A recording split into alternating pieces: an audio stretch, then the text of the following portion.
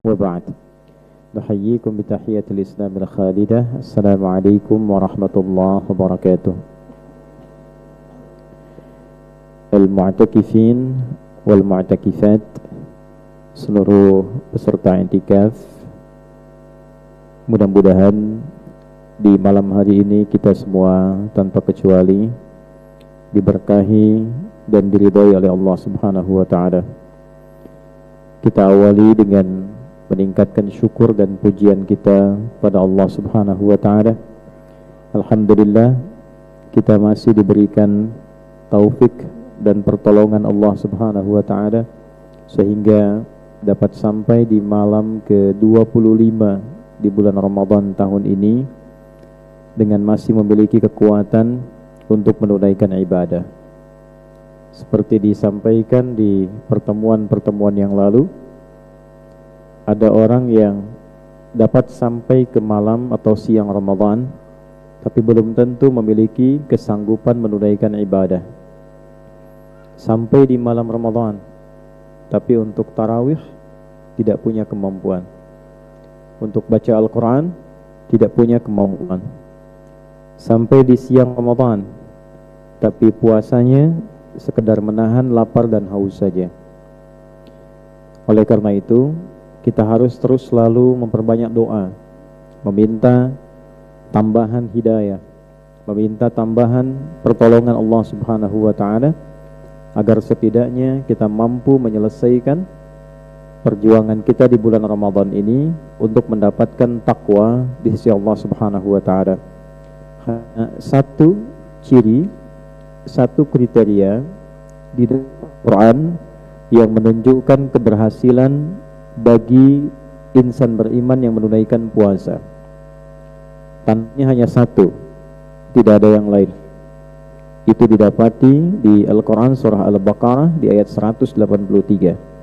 Ya ayyuhalladzina amanu kutiba alaikumus siyam kama kutiba alal ladzina min qablikum la'allakum tattaqun. Jadi ciri keberhasilan seseorang yang menunaikan puasa itu adalah meningkat takwanya. Ya, la'allakum di sini menunjukkan makna taraji. Ya, taraji itu harapan yang diinginkan untuk bisa diraih, tapi didahului dengan kesungguhan untuk mendapatkannya. Jadi tidak semua orang yang menunaikan puasa itu bisa mendapatkan takwa kecuali menunjukkan kesungguhan dalam menunaikan puasanya. Nah, sampai malam ke-25 ini yang harus kita cek sebagai standar. Standar itu ukuran dasar. Nah, adik-adik tahu sepeda ya. Sepeda itu kan ada standarnya ya. Nah, kalau sepedanya tidak dinaiki, kemudian kita akan parkirkan tuh. Kalau nggak ada standarnya gimana? Jatuh ya. Kalau motor tidak ada standarnya gimana? Jatuh ya, tergeletak. Nah, ibadah juga kalau nggak ada standarnya, jatuh. Kita puasa tidak punya standar, jatuh. Sholat tidak punya standar, jatuh. Nah, bagaimana ukuran benarnya puasa kita? Kata Allah, ketika menunaikan puasa itu ada peningkatan dalam takwanya. Sampai malam ke-25 ini, supaya ibadah puasa kita tidak dinilai jatuh, maka harus dilihat sejauh mana ketakwaan itu telah meningkat dalam kehidupan ibadah kita kepada Allah Subhanahu wa taala. Nah, takwa itu nanti bentuknya ada dua. Dicatat ini baik-baik ya. Takwa bentuknya ada berapa? Dua. Satu, dalam bentuk menunaikan perintah Allah. Dalam bentuk menunaikan perintah Allah. Ini pun sifatnya ada dua lagi. Perintah-perintah. Ada perintah-perintah yang sifatnya ibadah ritual, mengatur hubungan langsung kita dengan Allah. Salat misalnya, itu disebut ritual, mengatur hubungan kita langsung dengan Allah. Nah, coba dicek sampai malam ke-25 ini salatnya sudah semakin meningkat belum? Ya, sudah merasa enak belum? Sudah merasa nyaman belum? Baik itu salat yang fardu ataupun salat yang sunnah. Alhamdulillah kita tiap malam tarawih satu juz ya. Kemudian sebelum waktu sahar tiba kita tambah lagi dengan tahajud, kemudian akhirnya dengan witir. Nah, itu sudah meningkat belum? Sudah merasa nyaman belum? Atau baru rakaat pertama kakinya sudah goyang-goyang? Nah, coba dinikmati supaya enak, supaya nyaman, latihan sampai merasakan kenikmatan. Kemudian yang kedua ada tilawah Al-Quran. Bisa membaca Al-Quran, bisa murajaah Al-Quran, menghafal Al-Quran, mengkaji makna Al-Quran. Nah, sudah berapa kali khatamnya? Lalu dari yang khatam itu sudah enak belum ngajinya? Nah, jangan sampai kita memperbanyak khatam tapi tidak menikmati bacaan Qurannya. Itu yang dimaksud dengan ibadah apa? Ritual. Yang kedua ada ibadah sosial. Di dalam takwa itu ada ibadah apa? Sosial. Sosial itu yang mengatur hubungan kita dengan makhluk di sekitaran kita. Ada yang sifatnya manusia, makhluk hidupnya. Ada yang bukan manusia. Ada hewan, ada tumbuhan. Nah, misal ketakwaan dengan orang tua. Kalian di sini di pesantren, misal dari sejak masuk sampai sekarang, bagaimana konsistensi mendoakan orang tua? Ya, meningkatkan kegiatan ibadah, rajin belajarnya. Dulu Buya pernah dapat pertanyaan, saya sedang ada di pesantren, tidak, bagaimana meningkatkan bakti kepada kedua orang tua? Nah, rajinnya kalian belajar di pesantren ini, seriusnya belajar pesantren ini adalah bagian bakti terbaik untuk kedua orang tua. Jadi kalau mengajinya rajin, ibadahnya rajin, belajarnya rajin, itu bakti terbaik yang ditunjukkan untuk kedua orang tua. Kemudian dengan kawan, dengan kerabat, dengan teman, dengan tetangga, dengan orang-orang sekitaran kita. Semakin kita banyak berbuat baik, semakin kita menunjukkan sikap-sikap yang mulia, ya, tidak senang dengan perselisihan, saling mendoakan, mendorong kepada kebaikan. Nanti kalau sudah dewasa, tumbuh,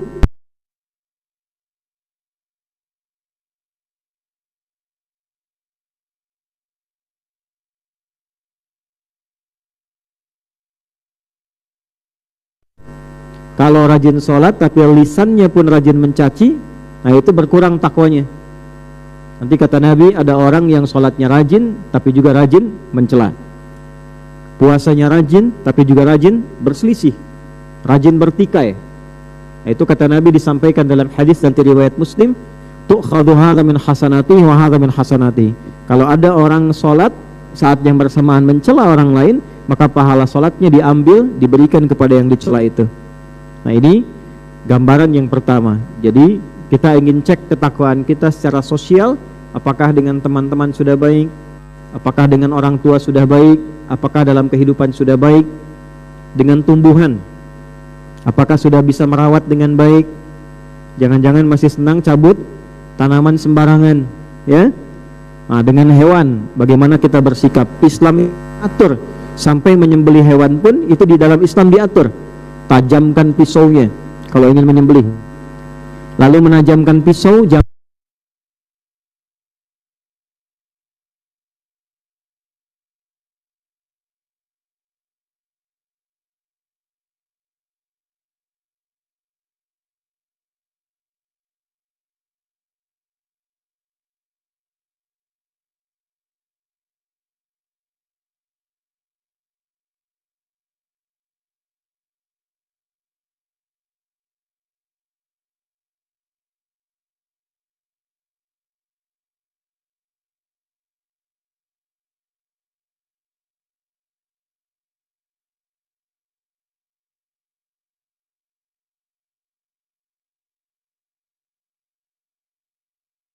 tarai.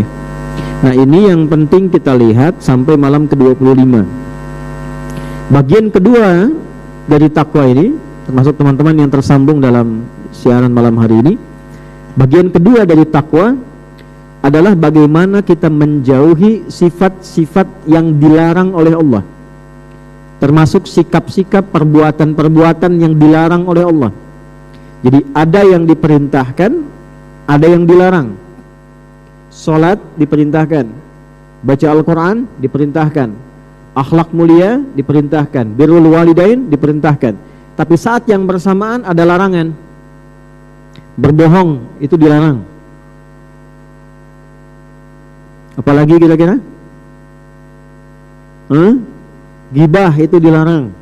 Sekarang bahasa kerennya bikin hoax. Ya, kalau dalam perbuatan keseharian ada yang korupsi itu dilarang. Ya. Kemudian berselisih, bertengkar sampai ada yang melukai orang lain itu juga dilarang.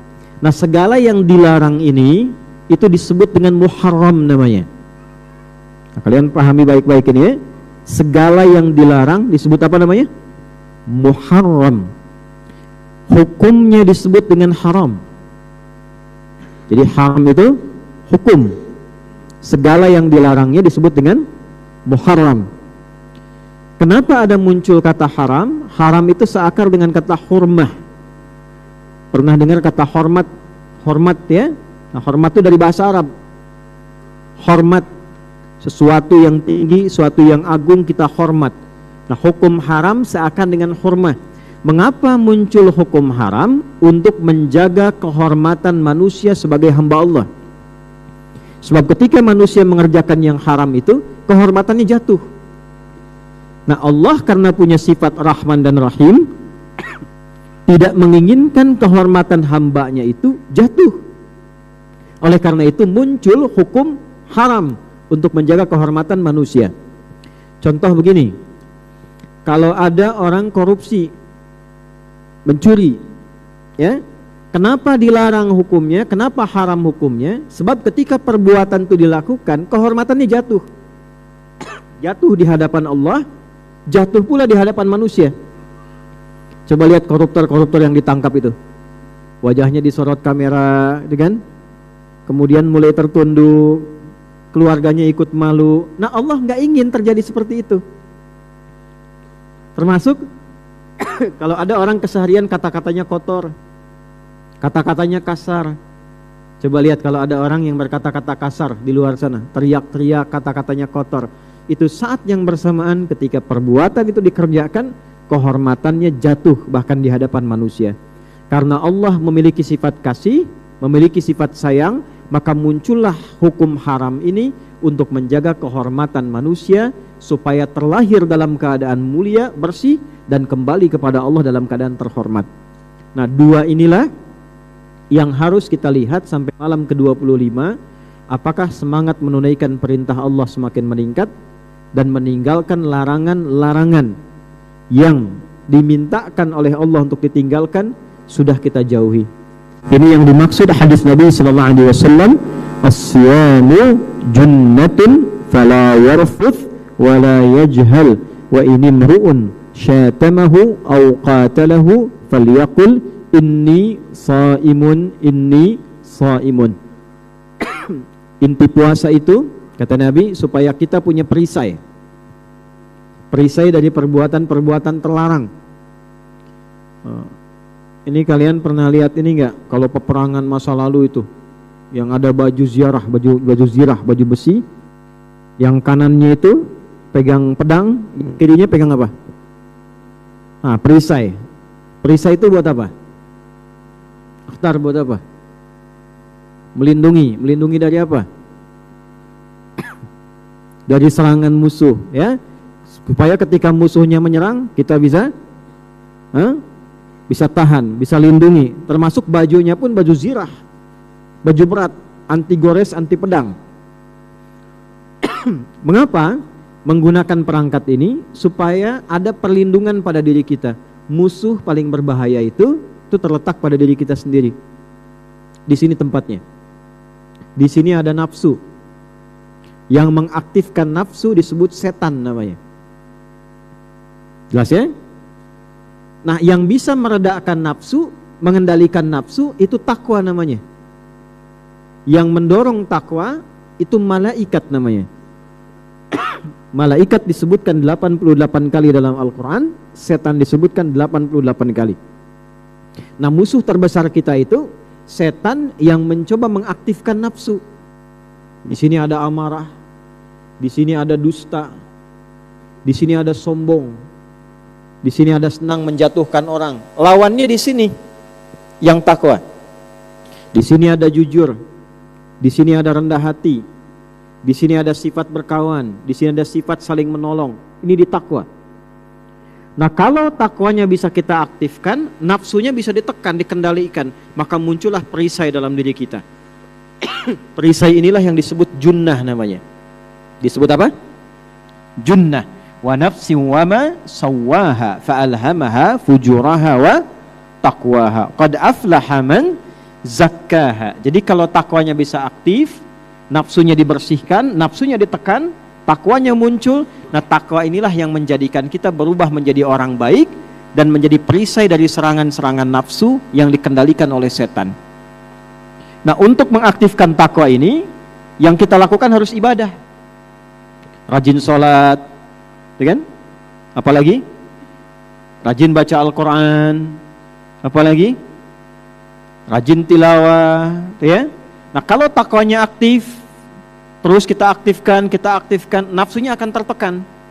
Nah, satu-satunya ibadah yang mengaktifkan semua bentuk ibadah yang lainnya itu hanya puasa. Apa namanya? Puasa.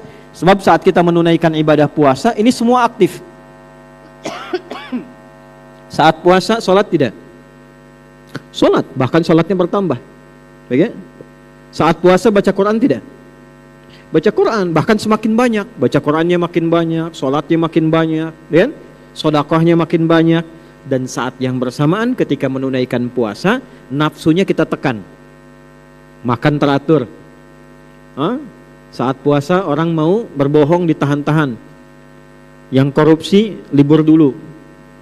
Yang mencuri tidak mencuri dulu. Kenapa? Karena saat puasa yang baiknya aktif, yang nafsunya ditekan. Itulah yang kita latih selama 1 bulan penuh supaya muncul kebaikan-kebaikan dalam kehidupan kita. Jadi nanti setelah puasa selesai, diharapkan tumbuh menjadi sifat yang baik, membimbing diri kita sehingga nanti selesai puasa semua organ tubuh kita dipandu dengan sifat takwa kita. Melihatnya pakai takwa, mendengarnya pakai takwa, bicaranya pakai takwa. Nah, ini yang harus kita lihat sampai malam ke-25 ini. Sekiranya ada yang masih kurang bagus, bicaranya kurang bagus, kita minta tolong sama Allah supaya dilatih lisannya agar yang keluar di lisan ini sifat-sifat takwa. Jadi kalau bicaranya sudah pakai sifat takwa, insya Allah yang keluar kata-kata baik. Mendengarnya pakai cahaya takwa. Kalau mendengarnya pakai cahaya takwa, kita nggak senang mendengar yang buruk-buruk, senang yang baik-baik. Melihatnya pakai cahaya takwa. Kalau memandangnya sudah pakai cahaya takwa, yang kita pandang akan selalu yang baik-baik. Kalau sudah terbiasa seperti itu, maka jadilah ia hamba Allah yang sedang beraktivitas di bumi. Namanya ibadur rahman. Wa ibadur rahmanil ladzina yamshuna 'alal ardi hauna wa idza khatabahumul jahiluna qalu salama. Nah, dulu, sekarang kita masuk ke inti bahasannya. Dulu sahabat kalau sudah masuk Ramadan, semua berlomba-lomba untuk bisa mendapatkan peningkatan takwa. Itu mereka cek itu. Malam dilihat, saya sudah baik belum sholatnya, sudah meningkat belum, bacaan Qurannya dicek, berapa banyak sudah baca dan sebagainya. Nah, satu kali ada yang bertanya pada Nabi begini, saking semangatnya meningkatkan bekal, takut dan malu kalau pulang menghadap Allah, bekalnya belum cukup. Sekarang gini, contoh ya, rata-rata usia manusia berapa yang sekarang? Berapa? Ambillah rata-rata 60 tahun ya, misal 60 tahun. Kira-kira kalau orang hidup sekarang usia 60 tahun, banyak amal salahnya apa yang solehnya?